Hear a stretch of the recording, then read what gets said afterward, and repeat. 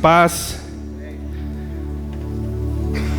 Que Deus possa nos fortalecer, nos abençoar, vir sobre nós essa noite. Pela graça de Deus, tiramos alguns dias, as últimas 2 semanas, para recarregar as baterias, para ter um tempo de renovo e fortalecimento. E nós pedimos que Deus venha sobre você, que hoje você possa ter uma experiência com o Senhor e realmente ser fortalecido, ser cheio da presença dEle, ser recarregado com a presença dEle, pois Ele está aqui. E quando Deus está presente, coisas maravilhosas acontecem. Eu não sei se você já teve que usar um cabo desse aqui. O que é isso aqui?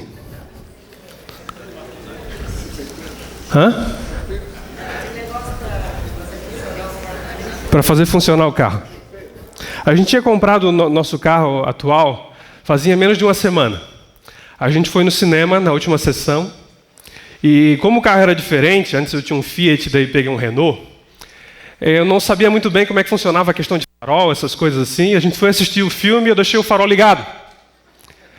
E na hora que eu voltei, já era a última sessão, a gente voltou para ir embora, ir para casa, a gente estava cansado já. Quem disse que o carro não ligava, e a gente pediu ali para as pessoas nos ajudarem, pedimos um cabo desse emprestado para uma pessoa, chamamos outro carro ali, veio ali o segurança do shopping, nos ajudou, a gente tentava e o carro não ligava, nem usando esse cabo aqui. E daí a gente foi descobrir, chamamos um mecânico 24 horas, que tinha pau na bateria. Ali eu ter deixado o carro ligado, esvaziou a bateria de um tal ponto que ela não tinha como ser recarregada. Então o cara teve que ir atrás de uma bateria ali quase meia-noite, trazer de novo, instalar, a gente teve que fazer um monte de volta para resolver o problema. Porque a bateria acabou e chegou num ponto onde ela não conseguia mais ser recarregada. E ali realmente fica difícil. Hoje os adolescentes o que eles mais querem é Wi-Fi em todo lugar e uma tomada. Porque os smartphones, eles descarregam muito rápido.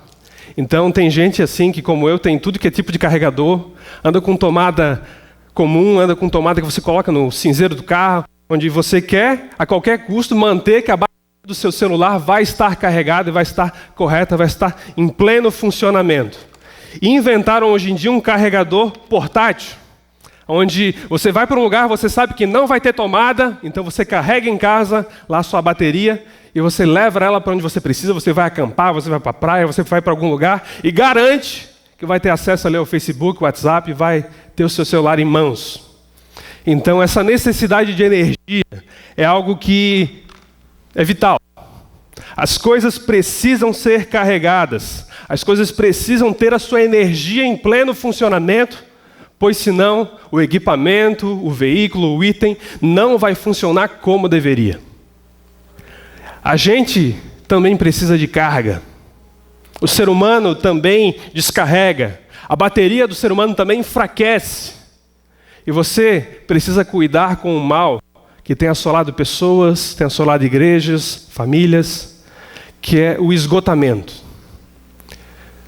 Acima de tudo, esgotamento espiritual. O esgotamento físico a gente conhece, a gente fica cansado, o esgotamento emocional também, mas o esgotamento espiritual, ele é algo mais perigoso, pois quando ele afeta você espiritualmente, ele vai levando você por caminhos onde você é afetado fisicamente, emocionalmente, e toda a sua família e toda a sua vida é afetada da mesma forma. Eu quero que você baixe a sua cabeça nesse instante, quero orar de novo com você, pedindo, Santo Espírito, em nome de Jesus, abre a nossa mente, abre o nosso coração. Nós queremos, com a Tua graça, com a Tua ajuda, ser renovados essa noite.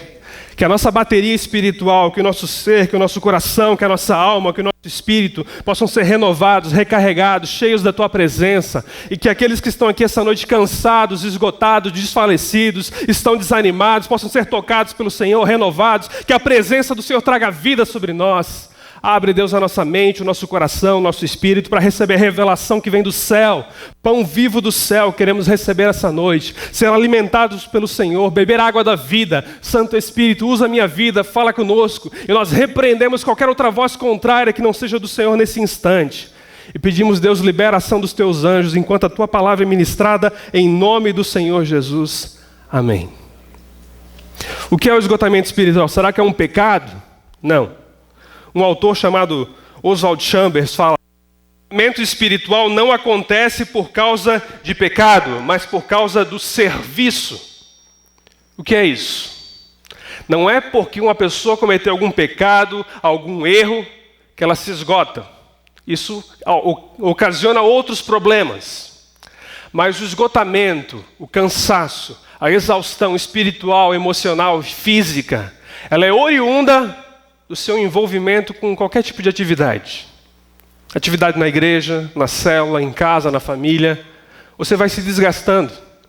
É natural, você vai usando a energia que você tem, e assim como qualquer outro aparelho, assim como qualquer outra coisa, você vai tendo seu nível um pouquinho menor, um pouquinho menor, um pouquinho menor.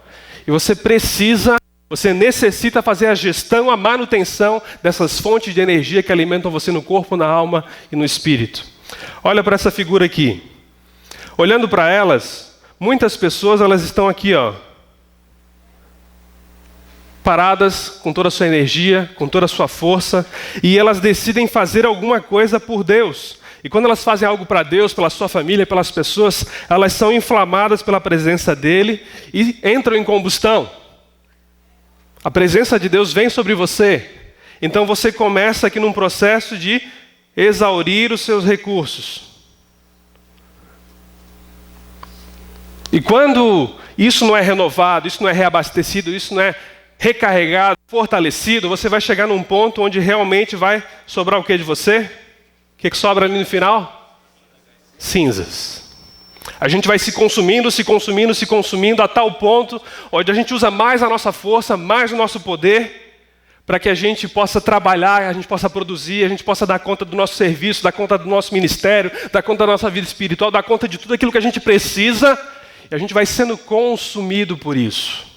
Porque muitas vezes a gente usa uma energia que é independente da energia que vem de Deus. Quando a palavra fala, quando Moisés foi chamado por Deus, ele viu uma sarça pegando fogo. Mas o que chamou a atenção de Moisés naquela sarça? A sarça não se consumia.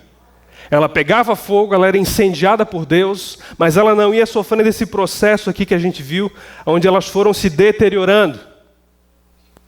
Quando a gente usa muito a nossa energia, muito a nossa força, muito aquilo que é apenas humano, da alma, não é do espírito, não é de Deus, isso vai consumindo a gente vai ficando cada vez mais com a bateria menor e menor.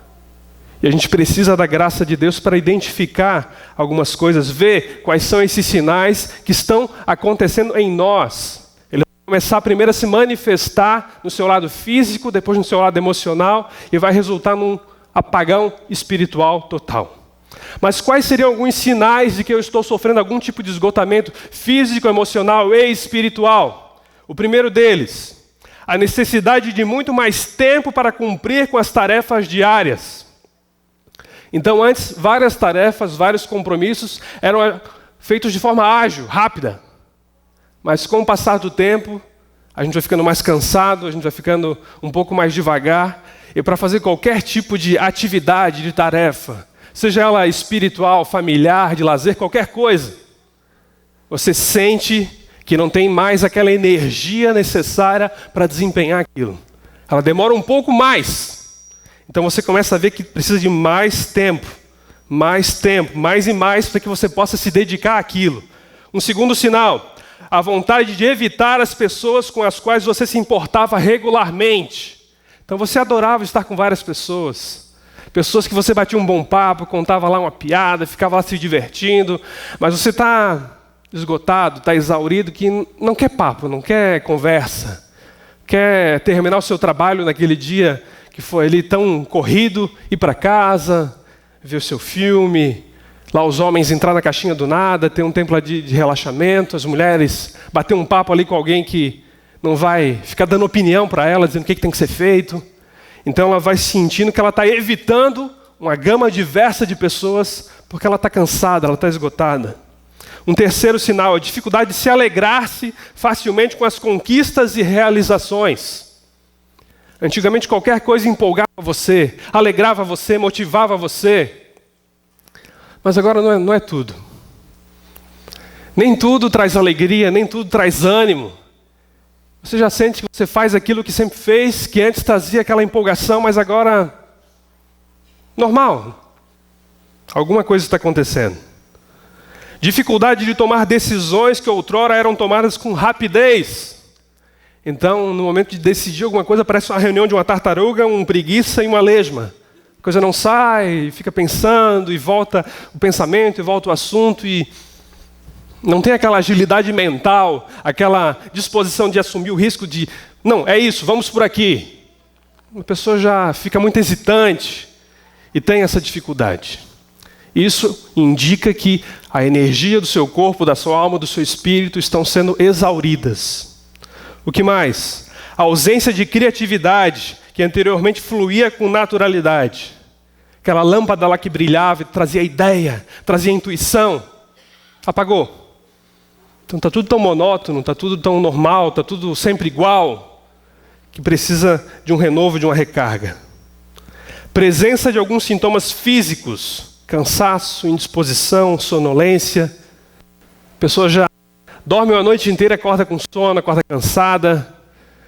Ela vem para o culto para ser um momento de renovo, de restauração, mas sai cansada, sai abatida ainda. Algo precisa acontecer. E é em cima desse assunto que a gente quer conversar hoje, que a gente quer tratar, pois existem alguns motivos que originaram isso. Primeiro, a sobrecarga de estresse gerada pelo acúmulo de problemas e preocupações. Então, problemas e preocupações vão trazer um desgaste. Você vai ser desgastado pelos problemas do dia a dia. Ponto. Isso acontece com todo mundo. Até com Jesus acontecia isso. Ele ministrava as pessoas, ele orava pelas pessoas, ele pregava. No final do dia ele precisava entrar no barco, deitar e dormir. Então os problemas, as conquistas, a sobrecarga do estresse gerada pelo impacto de conquistas e realizações. Então você vai lá, você trabalha, você vende, você bate a sua meta. No final, apesar de realizado, você está desgastado. E se não souber gerenciar esse processo, vai chegar uma hora que vai complicar. Sobrecarga de trabalho sem a devida reposição energética e hormonal. Tudo vai sendo consumido. Precisa de uma alimentação adequada, de uma reposição de sono, uma reposição de descanso, de lazer, para que a gente possa ser renovado física, espiritual e emocionalmente. Então tudo isso são assuntos que vêm de Deus. Tipo de pessoa. Todas as pessoas são afetadas. Abraham Lincoln falou: sou agora o mais miserável dos seres viventes. Se o que sinto fosse igualmente distribuído a toda a família humana, não haveria uma face alegre sequer sobre a terra. Se melhorarei, não posso dizer. Permanecer como está é impossível. Parece-me que devo morrer ou melhorar. Não importa se você é alguém do alto escalão, se você é alguém que não tem uma posição muito importante. Esse esgotamento, essa exaustão, ela vem para todas as pessoas. E quanto mais envolvido, quanto mais funções você tem de liderança, mais preocupações, mais coisas para decidir, se responsabilizar, maior a tendência do seu renovo e da sua recarga ser mais frequente. É ou não é? Você usa mais o celular, ele não descarrega mais rápido? É. Então você precisa estar com ele constantemente perto de uma tomada, perto de um carregador, pois senão você vai descarregar. Uma segunda figura: disseram-me que Deus me ama. Ainda assim, a realidade das trevas, da frieza e do vazio é tão grande que nada forra a minha alma. Sinto aquela terrível dor de perda de Deus não me querer, de Deus não ser Deus, de Deus não existir de fato. Madre Teresa de Calcutá. Quem diria uma mulher dessa, que se envolveu, que trabalhou, que ajudou os pobres, que tinha uma devoção diária com Deus, falar uma coisa dessa? Mas ela experimentou em momentos da vida dela que, apesar de se dedicar tanto, o desgaste veio e ela precisou de um renovo que veio de Deus. E uma pessoa que deu a sua vida por uma causa, Martin Luther King, devido ao seu profundo abatimento, um dos seus principais assistentes pediu que ele fosse um psiquiatra. Como suas pílulas para dormir não faziam mais efeito, passou a preocupar-se com a morte. Ele era engajado, ele era alguém que dava o seu coração pela causa contra o racismo. Ele era alguém que fez ali uma grande diferença no mundo. Mas saiba que toda a diferença que a gente faz no mundo, ela tem um preço que é pago lá por trás. O desgaste físico, psicológico, emocional, sentimental, espiritual, é um conjunto. E precisa ser renovado, precisa ser restaurado e fortalecido. O que mais? Temos em 1 Reis, capítulo 19, peço que você abra a sua Bíblia, não está na projeção. 1 Reis 19. A história de um homem igual a todos nós, que teve as suas batalhas e as suas dificuldades nessa área, do esgotamento espiritual, emocional, físico, que precisou de um toque de Deus. 1 Reis capítulo 19, versículo 1 em diante.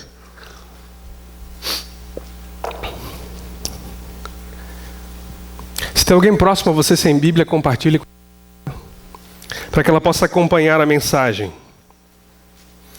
Ora, Acabe contou a Jezabel tudo o que Elias tinha feito e como havia matado todos aqueles profetas à espada. Por isso Jezabel mandou um mensageiro a Elias para dizer-lhe: que os deuses me castiguem com todo rigor, se amanhã nesta hora eu não fizer com sua vida o que você fez com a deles. Elias teve medo e fugiu para salvar sua vida. Em Berseba de Judá ele deixou o seu servo e entrou no deserto caminhando um dia. Chegou a um pé de giesta, sentou-se debaixo dele e orou pedindo a morte. Já tive o bastante, Senhor, tira a minha vida, não sou melhor do que os meus antepassados. Depois se deitou debaixo da árvore e dormiu. De repente um anjo tocou nele e disse: levante-se e coma. E Elias olhou ao redor e ali junto à sua cabeça havia um pão assado sobre brasas quentes e um jarro de água. Ele comeu, bebeu e deitou-se de novo. O anjo do Senhor voltou, tocou nele e disse: levante-se e coma, pois a sua viagem será muito longa.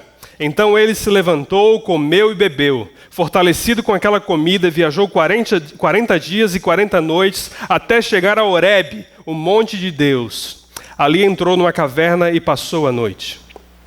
E a palavra do Senhor veio a ele: o que você está fazendo aqui, Elias? Ele respondeu: tenho sido muito zeloso pelo Senhor, o Deus dos exércitos. Os israelitas rejeitaram a tua aliança, quebraram os teus altares e mataram os teus profetas à espada. Sou o único que sobrou e agora também estão procurando matar-me. O Senhor lhe disse: saia e fique no monte, na presença do Senhor, pois o Senhor vai passar. Então veio um vento fortíssimo, que separou os montes e esmigalhou as rochas diante do Senhor. Mas o Senhor não estava no vento. Depois do vento houve um terremoto, mas o Senhor não estava no terremoto. Depois do terremoto houve um fogo, mas o Senhor não estava nele. E depois do fogo houve um murmúrio de uma brisa suave. Quando Elias ouviu, puxou a capa para cobrir o rosto, saiu e ficou à entrada da caverna. E uma voz lhe perguntou: o que você está fazendo aqui, Elias? Ele respondeu: tenho sido muito zeloso pelo Senhor, o Deus dos exércitos. Os israelitas rejeitaram a tua aliança, quebraram os teus altares e mataram os teus profetas à espada. Sou o único que sobrou e agora também estão procurando matar-me. O Senhor lhe disse: volte pelo caminho por onde veio e vá para o deserto de Damasco. Chegando lá, unja Azael como rei da Síria. Unja também Jeú, filho de Nissi, como rei de Israel. E unja Eliseu, filho de Sefate, para suceder você como profeta. Quem que era o profeta Elias? Elias significa Deus é o Senhor. Jeová é o Senhor. Então a pessoa olhava para ele, ao chamar Elias, dizia: olha, Deus é o Senhor é Deus. Ele era uma pessoa que morava nas montanhas, ele tinha um lugar lá com a sua família, com seus pais, onde eles tinham lá a sua fonte de renda. E lá no meio das montanhas Deus chamou Elias.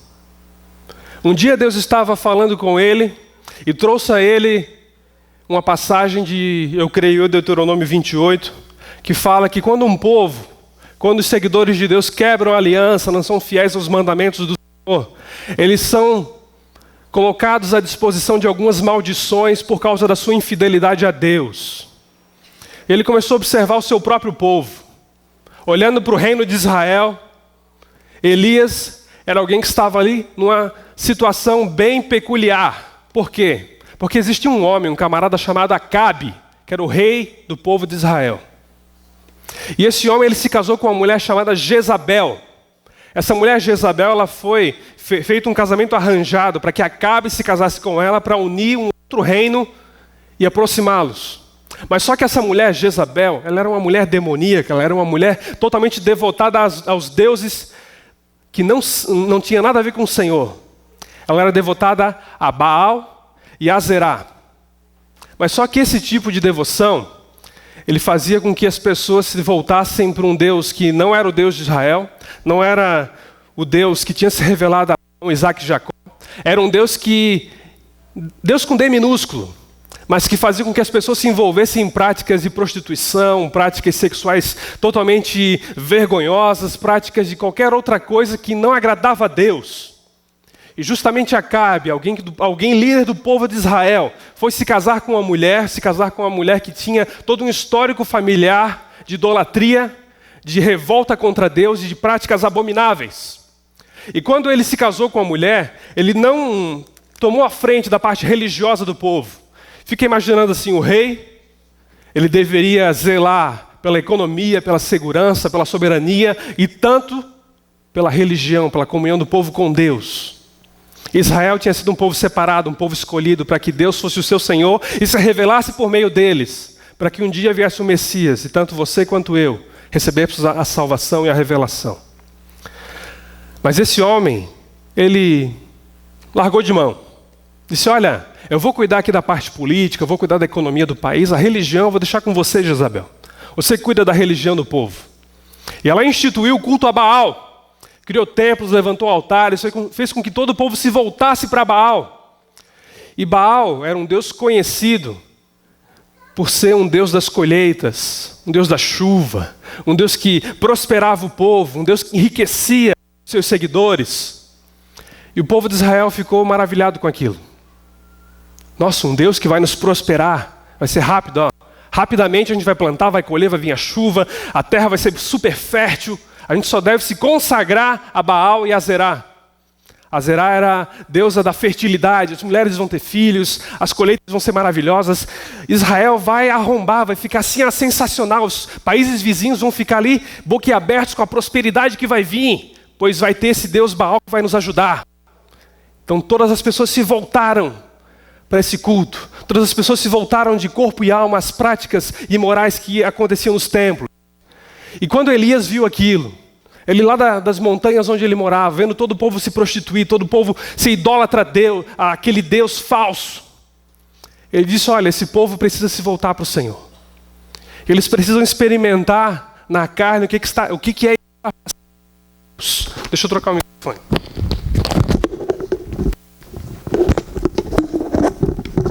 Eles precisam experimentar o que é estar afastado de Deus. Então ele vai, se encontra com o rei Acabe, amando do Senhor. E com base naquilo que há em Deuteronômio 28, naquelas maldições que falam que aqueles que se distanciam de Deus vão sofrer isso. Ele chega a rei Acabe, eu quero lhe informar que a partir de hoje não vai chover em Israel até que eu volte a declarar uma palavra. E quando Elias declara aquela palavra, imediatamente qualquer previsão de chuva, você podia olhar lá o clima-tempo, olhar qualquer previsão que tivesse lá, foi tudo cancelado. As nuvens foram embora, não há mais chuva, não há mais clima favorável, não há mais nenhuma situação que permita boas colheitas. Então o povo começa a questionar. Tá, mas esse Deus Baal não é o Deus da chuva, o Deus da colheita, o Deus da prosperidade? A sua deusa esposa ali não é a deusa da fertilidade? Como é que agora vai parar de chover? Como é que agora vai parar de produzir as boas colheitas? A gente fez um trato com ele, a gente vendeu a nossa alma para ele, para prosperar. E agora vai ser bloqueado por esse outro Deus? Mas foi isso que aconteceu. Durante 3 anos e meio não choveu em Israel. Para provar que aquele Deus com D minúsculo chamado Baal não era Deus coisa nenhuma. As pessoas começaram a questionar, começaram a colocar em dúvida tudo aquilo que tinha sido feito, todos aqueles cultos, todos aqueles rituais, a um Deus que não era o Deus do Senhor de Israel. Depois de 3 anos e meio, Elias se apresenta para o rei Acabe e fala assim, olha, vocês já viram aí que o Deus de vocês não está com nada, ele não manda na chuva, ele não manda na colheita, ele não manda em nada. Pois Deus, o Senhor de Israel, é que é Deus. Eu quero que você convoque os 450 profetas de Baal lá no Monte Carmelo para um desafio final, para que o povo realmente veja quem é Deus. Os profetas vão até lá, Elias faz aquele desafio conhecido, onde ele fala assim, o Deus que é verdadeiro vai fazer com que 2 carneiros sejam atingidos ali por fogo que vem do céu. Um carneiro representando Baal, um carneiro representando o Deus verdadeiro. Então lá os profetas fazem as invocações, tentam chamar fogo do céu para que realmente algo aconteça, mas não vem fogo de lugar nenhum. Eles se cortam, eles se perfuram, eles ficam clamando, gritando, berrando, e não acontece nada. Então o Deus deles, que deveria ter algum poder, durante 3 anos e meio não fez cair um pingo de chuva. E na hora onde deveria manifestar o seu poder, trazendo fogo, porque no templo que eles tinham de culto a Baal, eles colocavam um altar, e para queimar os sacrifícios, eles tinham um dispositivo onde o fogo saía debaixo do altar, dando a impressão de que era um fogo miraculoso. E Elias queria acabar com tudo isso, dizer eles não são capazes de nada. Então eles desafiam os profetas e nada acontece, realmente nada acontece. Elias, deixa eu falar, deixa eu assumir aqui à frente. Ele faz uma simples oração de uma frase, e na mesma hora vem fogo do céu e consome ali aquele sacrifício. Aqueles profetas são derrotados numa batalha. O Elias sozinho derrota os 450. E o povo inteiro que estava do lado do rei Acabe observa aquilo e vê, olha, depois de 3 anos e meio, sem chuva, Baal não está com nada. E depois dessa, já era para ele. Então, imagina como é que Elias está se sentindo. Um instrumento usado por Deus para trazer uma palavra de poder, uma palavra de revelação, uma palavra para desmascarar um engano, uma palavra para trazer ali libertação de que Deus é o verdadeiro Senhor. Ele trouxe uma palavra poderosa. Ele foi usado por Deus para fazer um sinal que é incrível. Imagina você orar e cair fogo do céu. Ele derrotou 450 profetas de Baal. E daí Deus falou assim, agora vai falar para Acabe que vai voltar a chover. Pois Baal foi destronado. Então ele fala para Acabe, olha, melhor você voltar para casa correndo porque vai chover. Vai cair uma chuva forte. Então acontece uma situação que ele ora, ele clama pela chuva e começa a chover. A Jezabel não é citada em nenhuma parte do texto aqui, da batalha. Mas quando ela fica sabendo que os seus profetas, aquele grupo de pessoas que ela trouxe para instituir um culto, uma religião no país, foi derrotado, ela fica completamente revoltada, indignada, com raiva e com ódio de Elias.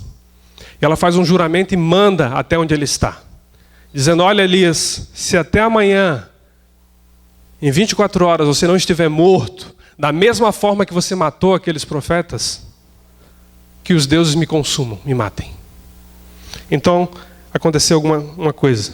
Versículo 3 do capítulo 19 fala assim, Elias teve medo e fugiu para salvar a vida. Entrou no deserto caminhando um dia, sentou-se debaixo de uma árvore e orou pedindo a morte. O cara era um herói. O cara tinha um histórico fantástico. No povo de Israel ele é uma figura altamente conhecida. Mas ele teve um momento de desgaste. Um momento onde ele precisou realmente passar por um renovo de Deus, pois mesmo ele sendo envolvido ali numa grande vitória, e algo realmente poderoso, como que ele vai ter medo de uma mulher que era profetisa, que foi derrotada, que foi humilhada, que foi envergonhada? Por que essa notícia afetou ele de tal forma que ele fugiu e se escondeu depois de enfrentar 450 profetas? Depois de ficar 3 anos e meio sustentando uma palavra que ele tinha dado de que não choveria, mas mesmo assim ele foge, ele fica com medo e pede para morrer. Deus, melhor o Senhor me matar, pois se aquela mulher mandar me matar vai ser pior ainda. Por quê? Porque alguém que teve essa unção chegou nesse estado. No livro de Tiago, há a resposta. Tiago 5,17. Elias era humano como nós. Ele era como você. Ele não era especial. Ele era como você, mulher, dona de casa. Ele era como você, homem, que vai todo dia trabalhar, sustentar a sua família. Ele era humano como nós somos humanos. E no momento de fraqueza, ele não conseguiu gerenciar ali o seu desgaste, o seu esgotamento, e entrou por um caminho complicado que a gente vai ver agora. Reconheça os 6 sintomas do esgotamento espiritual que Elias passou e que você pode estar passando. Primeiro, fugir das circunstâncias. Elias teve medo e fugiu. Quando você tem desgaste, quando você tem uma situação de pressão, e você não tem a energia suficiente para enfrentar aquilo, você foge. É um indício de que está faltando algo, seja no seu corpo físico, seja na sua alma, seja no seu espírito. Quando há fuga, eu não enfrento a situação, eu não enfrento a circunstância, eu tenho aquele problema que eu preciso resolver, eu tenho que conversar com aquela pessoa, mas eu fico adiando, eu fico fugindo, está faltando algum recurso espiritual. Isso é indício de que eu não estou totalmente carregado e fortalecido para enfrentar as demandas do dia a dia. Ele fugiu, ele teve medo. Do que você está fugindo? O que precisava ter sido enfrentado ontem, que ainda não foi resolvido? Será que isso é um indício de que um desgaste espiritual, emocional e físico está acontecendo em alguma área da sua vida? Precisa de um reforço, de um toque do Senhor, de uma vitalidade que vem de Deus, para que a fuga não se torne algo constante. Pois infelizmente muitas pessoas perdem milhares de oportunidades na vida, porque fogem e fogem com medo. Não se sentem capazes, não se sentem aptas com a energia necessária para resolver aquilo. Uma segunda situação, se distanciar das pessoas. Elias deixou seu servo em Berseba e entrou no deserto. Então Elias fugiu, ele tinha um ajudante, ele tinha alguém que caminhava com ele. Mas em vez de levar esse rapaz com ele para ajudá-lo, fortalecê-lo, estar junto dele ali para trazer ânimo, ele se isola. Quanto mais desgastada uma pessoa está espiritualmente, mais ela tende a se isolar. Deveria ser diferente, pois uma brasa fora do braseiro, ela apaga. Então por isso que a célula é importante. Eu estou passando uma situação difícil, eu estou com algum problema financeiro, problema no casamento, problema de saúde, o meu chefe está me enchendo, está pisando em mim cada dia, eu estou ali nervoso, isso me desgastou, me desanimou. Em vez de eu me isolar, eu devo procurar aquele grupo a qual Deus separou para eu me fortalecer. Não se isole. Compartilhe, desabafe na célula, fale aquilo que você sente, aquilo que você precisa. Não se distancie, pois isso é um passo para você se esgotar. E entrar onde? No deserto. Quando a pessoa se distancia, ela caminha para o deserto. E a pessoa sozinha caminhando no deserto é complicado. Então não se distancie, não caminhe sozinho. Terceiro, desistir da vida. Sentou-se debaixo da árvore e orou pedindo a morte. Já tive o bastante, Senhor. A pessoa começa a desistir. Ela não apenas foge, mas ela abre mão. Algumas saídas são estratégicas. Alguns passos para trás são para pegar impulso. Mas tem pessoas que abrem mão da vida, abrem mão da família, abrem mão do emprego, abrem mão da igreja, abrem mão de Deus. Por quê? Porque elas foram se desgastando, se consumindo a um ponto onde ela achava que não tinha mais volta. O negócio é desistir da vida. O espírito de morte não vem de Deus. Deus é espírito de vida. Amém. O diabo veio para roubar, matar e destruir. Qualquer pensamento de morte, qualquer pensamento de suicídio que venha sobre você, eu repreendo em nome de Jesus. Pois isso não vem de Deus. Deus nos chamou para viver. Deus nos chamou para ter vida. A vida que vem dele. Não aceite pensamentos de morte, pensamentos de se entregar, pois Deus quer que você seja fortalecido nele. Então você sente que está vindo sobre você um peso, um desânimo, uma vontade de abrir mão da vida, abrir mão da família, abrir mão de tudo. Procure ajuda. Procure os pastores. Procure seu líder. Procure uma pessoa a quem você considera. Não se isole. Não permita que esse sentimento encha o seu coração e leve você para um deserto que não tem volta. Quarto, depreciar sua capacidade. Ele fala para Deus: tira a minha vida, não sou melhor do que os meus antepassados, meus antecessores. Ele quer abrir mão da vida porque ele olha para si e vê alguém que não é à altura dos outros. não é capaz de cumprir a função. Ele mesmo depois de uma grande vitória, ele mesmo depois de tudo aquilo que ele enfrentou, aquilo que ele passou, ele dizia, olha, eu não sou melhor do que ninguém, eu não consegui. Eu acredito que Elias esperava que Jezabel, ao saber da notícia de que os profetas foram derrotados, de que Baal foi envergonhado, ela iria para o seu país de origem, ela faria alguma coisa, ela reconheceria que Jeová, o Senhor, é Deus, mas em vez de ele ter essa vitória sobre ela, acontece algo oposto. A mulher tenta perseguir e matar Elias. Então ele se sente frustrado, porque as expectativas dele não bateram. Então ele acha que ele não estava à altura, que ele era inferior a tudo aquilo que estava acontecendo a ele. Então ele vê, olha, não deu certo. Então ele começou a duvidar da sua capacidade. Você na mão de Deus é uma bomba atômica. Você na mão de Deus, não importa a sua origem, não importa os seus talentos, não importa de onde você é, o que você faz, você é uma bomba atômica na mão de Deus. E Ele pode usar a sua vida. Porque Deus sempre escolheu os improváveis aqui na palavra de Deus, para demonstrar que não é a pessoa em si que faz alguma coisa. A gente é apenas o instrumento, Deus é quem opera. Então a capacidade que você precisa não é de você, vem dEle. Então se você se sente, eu sou incapaz, eu não consigo, saiba que você consegue, que você é capaz, e que isso que você precisa vem dEle. O Espírito Santo está em você. Para que poder maior? Para que presença maior? Para que graça mais poderosa do que a presença do Espírito em nós, nos capacitando, nos ungindo? Não permita que essa visão, que vem por meio do esgotamento, do cansaço, do desânimo, domine a sua mente. Exclua, delete isso. Quinto, auto-justificar sua religiosidade.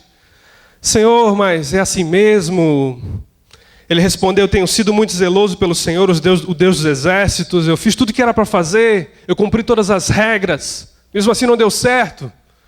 Então, Senhor, eu sou bom, mas não deu. Então a pessoa começa a justificar a sua imagem, começa a justificar a sua percepção de si diante de Deus, do quão ela é boa para aquilo, em certo sentido, pois ela se sente incapaz, mas uma incapacidade que não é totalmente dela. Ela começa a dizer, eu fui tão bom, eu sempre orei, eu sempre li a Bíblia, eu sempre fui na igreja, eu ia a todas as células, mas começou a me acontecer isso, me acontecer aquilo, acho que Deus não gosta de mim, apesar de eu ter sido tão bom, ter feito tudo o que eu deveria fazer. Então a pessoa começa a encher a sua mente com justificativas de uma religiosidade baseada no seu esforço próprio, e usa isso para dizer, Deus não deu, o problema não está em mim, está em ti. E ela se afunda, se afunda.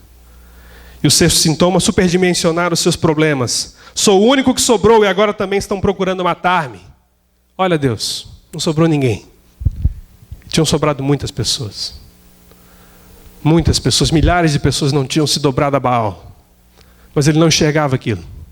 Quando a pessoa está cansada, quando a pessoa está ali, no seu emprego, trabalha, vai trabalhar 7 horas da manhã, chega em casa 11 horas da noite, faz tudo o que tem que fazer, ela dá a sua alma, dá a sua vida. De repente ela vai se desgastando, que ela começa a enxergar que o colega é um problema, o chefe é um problema, aquilo que ela tem que fazer é um problema, ela se sente incapaz para tudo, ela entra numa situação onde ela começa a ver tudo muito maior. Parece que ela coloca uma lente de aumento, e essa lente vai superdimensionando os seus problemas e as suas dificuldades. Mas saiba que isso não vem de Deus. Ele quer tocar na sua vida e restaurar você. Mas como? Como que Deus vai nos restaurar? O que Ele vai fazer para recarregar o nosso espírito, a nossa alma e o nosso corpo? Tem gente cansada aqui. Daqui eu vejo quem está cansado. Tem gente que está cansado da família. Tem gente que não aguenta mais a família que tem, o casamento que tem. Tem gente que não aguenta mais o seu emprego. Tem gente que não aguenta mais o pecado. Cansou de lutar, de bater. Tem gente cansada das dívidas. Tem gente cansada em várias áreas. E se você não se voltar para Deus, ainda esse ano, você vai chegar num ponto onde vai ficar difícil a sua situação. Os recursos vão se esgotando, e você vai chegar ali como Elias, numa situação onde você vai dizer: Deus, eu não quero viver. Quero abrir mão da vida, da família, de tudo. Mas saiba que Deus tem uma solução para você hoje. Não precisa mais ficar cansado. Jesus falou: vinde a mim todos os cansados e sobrecarregados e eu vos aliviarei. Tem alívio hoje aqui para ti. Tem alívio, renovo do Senhor.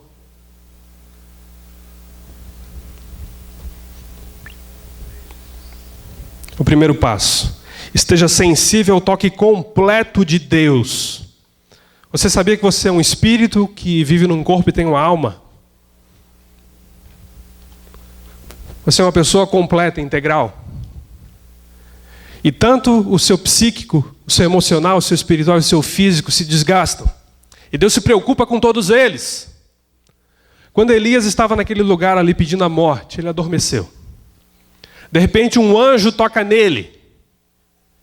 E o que o anjo tem ali?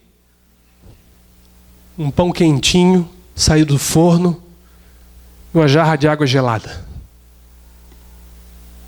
Para quê? Para fortalecer o corpo de Elias. Deus se preocupa com o seu corpo, com o seu sono. Deus se preocupa com a sua saúde. Ele quer tocar nela também. Não só no espírito, no corpo também. Deus quer que você mantenha os seus níveis de colesterol equilibrados, que você possa manter ali a sua saúde em dia, pois isso afeta o seu espírito, a sua alma, a sua família, tudo. Então, o anjo acorda ele não para dar algo sobrenatural. O anjo não acorda ele para dar uma descarga de poder, de unção. O anjo acorda Elias para dar um pouco de pão, um pouco de água. Ele come, o anjo deixa ele voltar a dormir, descansar.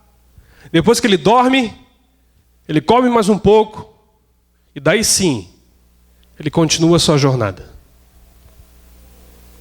A cura divina, a restauração espiritual, emocional e física vem de Deus. E algumas pessoas têm problemas espirituais e emocionais por causa física. Má alimentação, falta de exercício físico. Problemas no corpo, que afetam a alma e o espírito. Outros têm problema na alma, que afeta o corpo e o espírito. Precisa ir num psicólogo, um terapeuta, alguém para desabafar. Para que você volte a ter equilíbrio no corpo, na alma e no espírito. Segundo, admita suas reais frustrações. Quando ele começa a conversar com Deus, ele abre o coração, ele fala: Deus, só sobrou eu, não deu certo, eu tive que fugir. Ele vai abrindo o coração, ele vai falando tudo aquilo que ele sentiu, as expectativas que ele tinha. Desabafar é importante. Com quem você desabafa? Não vale o esposo e a esposa, porque tem coisa que você não pode contar para ele nem para ela. Com quem que você desabafa? Namorado, noiva não vale. Quem é que está caminhando com você? Que você abre o seu coração e fala: hoje eu pequei, hoje eu errei, eu estou angustiado, eu estou enfraquecido, eu não li a Bíblia, eu não busco ao Senhor, eu fiz isso aqui de errado, ora por mim. Você admite aquilo que você pensa, aquilo que você faz, aquilo que você sente. Com quem? Deus tem uma pessoa para você. Deus tem alguém para caminhar com você. Isso vai ajudar muito a sua vida. Coloque suas expectativas em Deus. Depois dele desabafar, depois dele falar, Deus fala assim: tá bom. Eu já te ouvi, Renato, tá bom. Agora, vai lá para fora da caverna, que eu vou falar contigo. Então ele sai, vai para a porta da caverna, e vê um terremoto. E ele repara que no terremoto não está Deus. Vem lá um vendaval gigante. Ele repara que ali não está Deus. Vem outras coisas, ele repara que Deus não está ali, naquelas coisas estrondosas. E de repente uma brisa suave vem. E uma voz falando com ele. Deus estava chamando a atenção de Elias, colocando expectativa nele, mudando o foco dele, do problema dele. Ele fez ele olhar para o terremoto, ele fez ele olhar para os outros sinais, para aquilo que estava acontecendo, para focar em algo diferente do que o seu problema, a sua circunstância, a sua alma abatida. Então ele olha para aquilo que Deus vai fazer. Vem 3 sinais diferentes ali, ele fica olhando, não veio nesse, talvez seja nesse. E na brisa suave, de repente que ele está mais atento, ele repara a voz de Deus falando com ele. Coloque a sua expectativa em Deus. Sabe que Deus pode fazer algo sobrenatural, miraculoso, ou algo processual. Eu lembro que eu tive uma depressão com 16 anos, que eu fiquei durante 9 meses com angústia, com vontade de morrer, desanimado, esgotado. Tinha sido líder de adolescentes, tinha sido líder de jovens, tinha esgotado as minhas forças. E orava pedindo o renovo de Deus, colocando a minha expectativa em Deus, para que algo pudesse resolver aquilo. E um dia, Deus chamou a minha atenção, vendo um cara tocar harpa. E me falaram que enquanto ele tocava a harpa, as pessoas eram curadas. E quando ele começou a tocar a harpa, eu disse: Deus, o Senhor pode. Na mesma hora que o cara começou a tocar a harpa, eu senti como se uma capa fosse removida das minhas costas que estava pesada. Naquela hora, algo puxou assim. E eu fui inundado por uma alegria. Tristeza foi embora, desânimo foi embora. Eu voltei para casa pulando, voltei para casa animado. Eu não queria mais nada, não queria liderar mais nada. Eu era novo, eu estava muito envolvido com as coisas de Deus, mas eu estava desanimado. Mas naquele dia um toque de Deus veio, pois eu coloquei a minha expectativa em Deus. Deus, essa noite o Senhor pode fazer algo diferente. Algo que eu não experimentei ainda. E Ele fez. Foque em Deus. 4. Refaça o seu caminho de volta. Depois que Deus fala com ele, ele diz: agora você desce a montanha e refaz o seu caminho. Essas foram as palavras de Deus. Refaça o seu caminho. Volte por onde você veio. Retome aquilo que você abandonou, aquilo que você largou, aquilo que você desistiu. Pois você recebeu a força de Deus. E agora você não vai ser envergonhado, porque você vai retomar, vai refazer o caminho e assumir novamente a posição a qual Deus tinha colocado você. Mas com poder renovado. Uma presença renovada. E por último, abra-se para novas e surpreendentes realidades. Depois que ele vai lá e unge os reis, ele escolhe Eliseu para ser o seu sucessor. Deus tinha algo maravilhoso para ele. Deus queria levar Eliseu para o céu sem enfrentar a morte. O camarada não morreu. Como é que o Elias foi para o céu? Hã? Quem acha que ele foi na carruagem de fogo, levanta a mão. Quem acha que ele foi de outra forma? Quem está em dúvida? Maioria.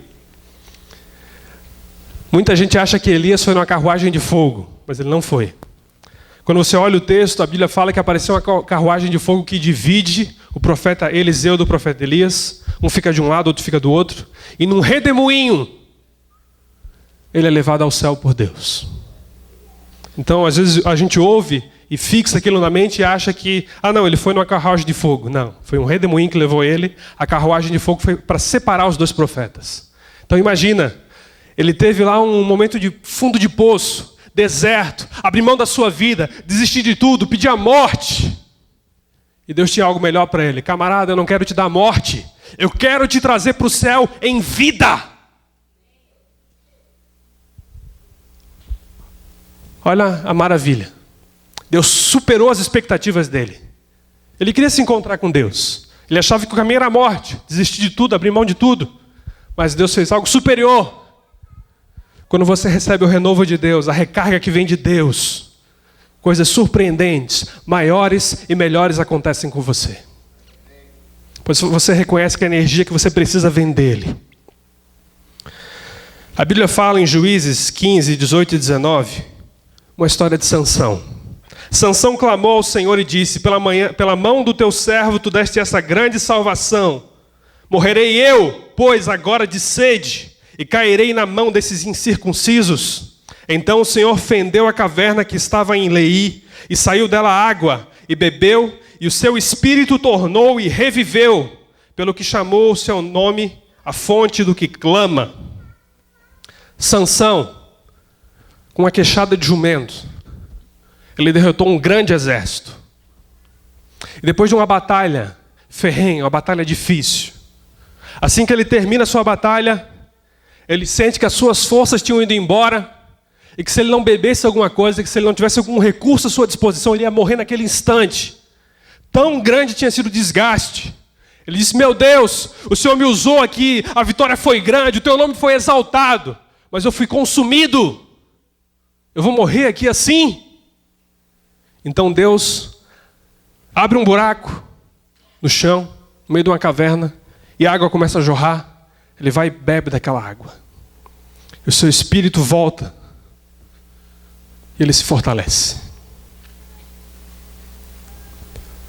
Quando Deus escuta o seu clamor, pedindo renovo, pedindo restauração, pedindo forças, pedindo suprimento, pedindo um toque dele, ele pode abrir o chão e fazer brotar água ali só para te dar aquela água e trazer o renovo na sua vida. Ele pode. Pois ele quer te ver bem, restaurado, fortalecido. Essa fonte tem várias explicações, várias aplicações espirituais, mas eu quero que você saiba que existe uma fonte para aquele que clama. Existe uma fonte para aquele que está sedento, aquele que está abatido, aquele que está esgotado e precisa da água que vem de Deus para nutrir e alimentar você. Coloque-se de pé.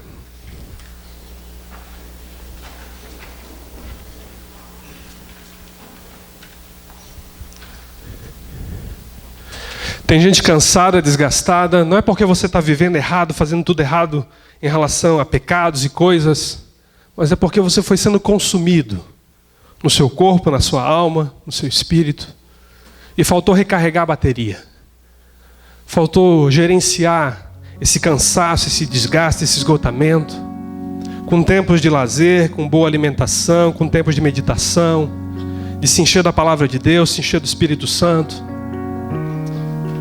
E você, para muitas coisas, você se sente cansado. O ano está acabando. Semana que vem já é dezembro. Tem gente que não vê a hora de chegar às férias.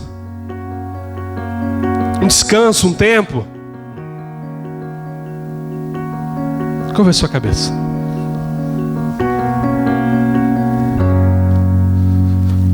Quando falam em convidar você, vamos liderar uma célula ano que vem, vamos nos ajudar na igreja, você sente um desespero. Não, estou tão cansado de tanta coisa, eu não tenho força, eu não tenho energia, eu não tenho tempo.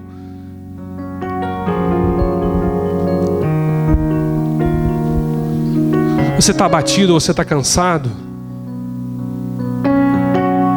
Quando perguntam como você está, você embarga a voz, tranca o choro, porque não quer abrir o seu coração, dizer que está difícil, que está cansado.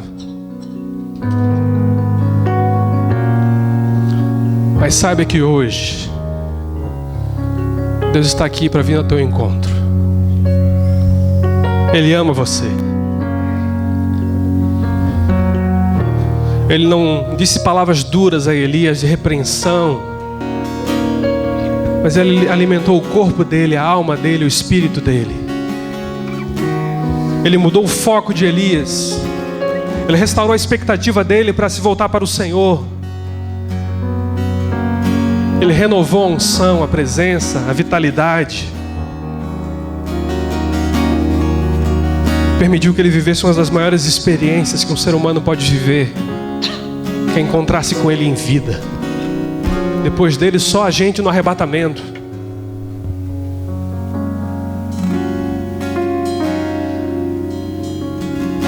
A gente vai cantar de novo a música Eu Creio Que Tu És a Cura. Enquanto a gente canta, você que precisa de um renovo, de uma recarga, você que precisa que a fonte do que clama se abra diante de você e água viva brote, para que a sua alma seja saciada, para que as suas forças sejam renovadas, para que o seu espírito se anime. Enquanto a gente canta essa música, vem à frente em nome de Jesus. Escutas quando clamo, acalma o meu pensar, me levas pelo fogo, curando todo o meu ser.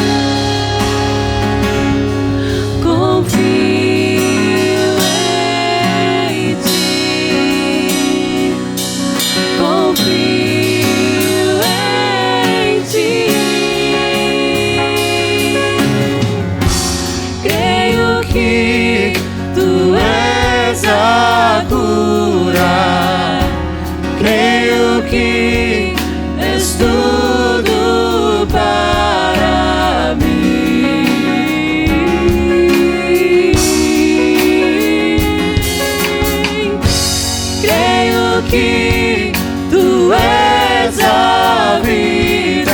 A vida dele vai te encher. Creio que não há outro igual a ti. Jesus, eu preciso de ti. Me escutas quando clamo e acalma o meu pensar. Me levas pelo fogo, curando todo o meu Mas que os líderes de célula da diretoria possam estar ministrando aos irmãos aqui. Confio em ti. Confio em ti. Creio que tu és a cura. Creio que és tudo para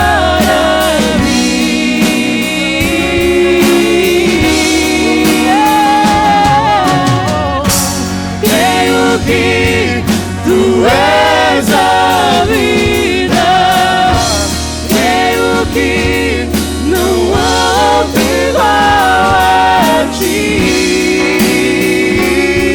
Jesus, eu preciso de ti.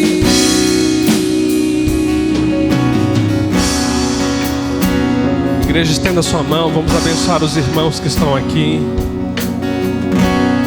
Eles estão reconhecendo que foi um ano cansativo, foi um ano de muita produtividade, um ano de muito desgaste, e que eles precisam da graça de Deus, do renovo do Senhor no seu corpo, na sua alma, no seu espírito, para que toda tristeza vá embora, para que todo desânimo vá embora, para que aquela produtividade, aquela agilidade, aquela criatividade, aquela inspiração, aquele ânimo voltem. Para que ela sinta que ela não está sendo consumida, que ela está sendo queimada, mas que ela está com a graça de Deus, com o poder de Deus, produzindo, dando conta. Deus, que toda pressão, que todo estresse, que toda ansiedade, que toda angústia, que tudo isso que ela viveu durante esse ano de 2015, no poder do nome de Jesus, seja arrancado. Deus, que aquele pão que Elias comeu, que representa a tua palavra, possa alimentar cada um dos teus filhos. Que a palavra que vem do céu, que a palavra de Jesus, Jesus o pão da vida, te alimente. Que ao abrir a palavra de Deus você sinta fome, se alimente dela e ela traga forças para você. Que a água que Elias bebeu, que representa o Espírito Santo, inunda em você, sacie a sua sede, refresque a sua alma. Beba da água do Espírito, coma da palavra de Deus.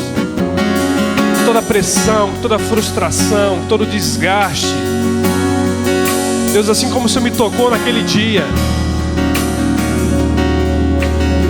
assim como o Senhor removeu todo o desgaste da minha alma, do meu corpo, do meu espírito,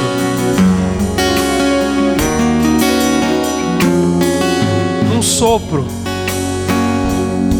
sopra, Espírito Santo, que aquela brisa suave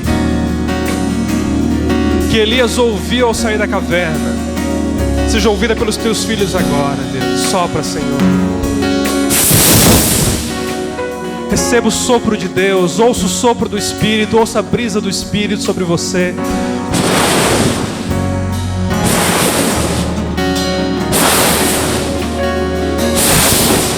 Sinta a brisa do Senhor. Sinta em nome de Jesus. Ouça a brisa do céu, ouça o vento do Espírito. Assim como aquele vento trouxe ordem ao caos que Ezequiel viu no vale de ossos secos, o sopro de Deus, a brisa de Deus traz ordem ao caos, aquilo que ficou desordenado no seu corpo, na sua alma, no seu espírito, em nome de Jesus. Em nome de Jesus. E todo mal que se alojou na sua alma, no seu corpo, no seu espírito, se aproveitando desse momento de fraqueza para sugar suas energias, Nós repreendemos em nome de Jesus toda vantagem demoníaca que Satanás tentou levar sobre você, sobre a sua vida, sobre a sua família. Em nome do Senhor Jesus, laço de Satanás seja quebrado na mente dessa pessoa, nas emoções dessa pessoa, no corpo dessa pessoa. Laço de Satanás, cadeias de iniquidade, maldições, nós quebramos em nome do Senhor Jesus. Em nome do Senhor Jesus. Toda malignidade que se aproveitou da fraqueza dessa pessoa, nós liberamos o sangue de Jesus sobre ela. A palavra de vida, a palavra de fé, a palavra do testemunho de Cristo. Em nome de Jesus. Em nome de Jesus, obras satânicas sejam desfeitas. Escute aqui, Satanás. Você não tem poder, você não tem autoridade sobre essas pessoas, sobre essas famílias. Em nome do Senhor Jesus, eu te repreendo, eu te enfrento e ordeno. Sai dessa pessoa, sai dessa vida e sai dessa família. Em nome de Jesus. Cadeias sejam quebradas. Receba liberdade. Cante novamente, creio que tu és a cura.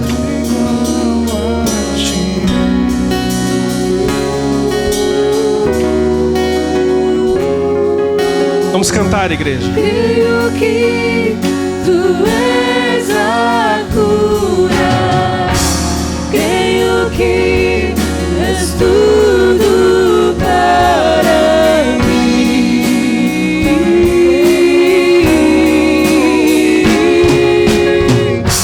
Creio que tu és a vida. Creio que não há outro igual a ti. Jesus, eu preciso de ti. Não há outro igual a ti. Nada é impossível para o Senhor. Eu preciso de ti. Declare: nada é impossível.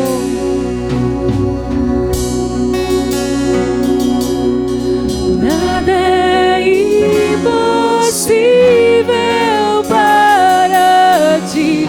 Nada é impossível.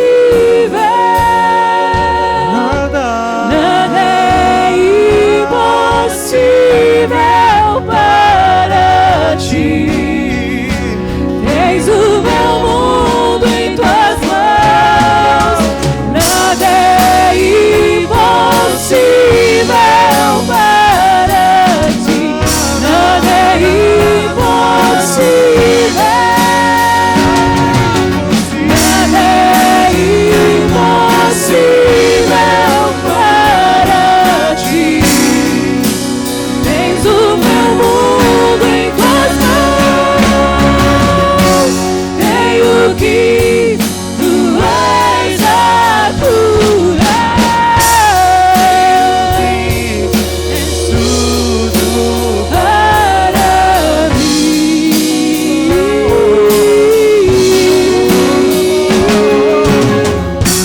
Creio que tu és a vida. Creio que não há outro igual a ti.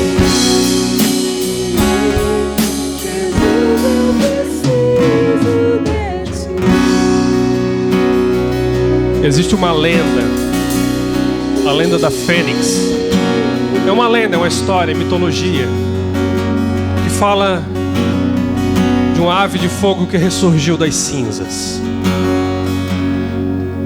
Mas saiba que a única ave de fogo que eu conheço, que faz as pessoas ressurgirem das cinzas, é o Espírito Santo com o seu fogo que nunca se apaga.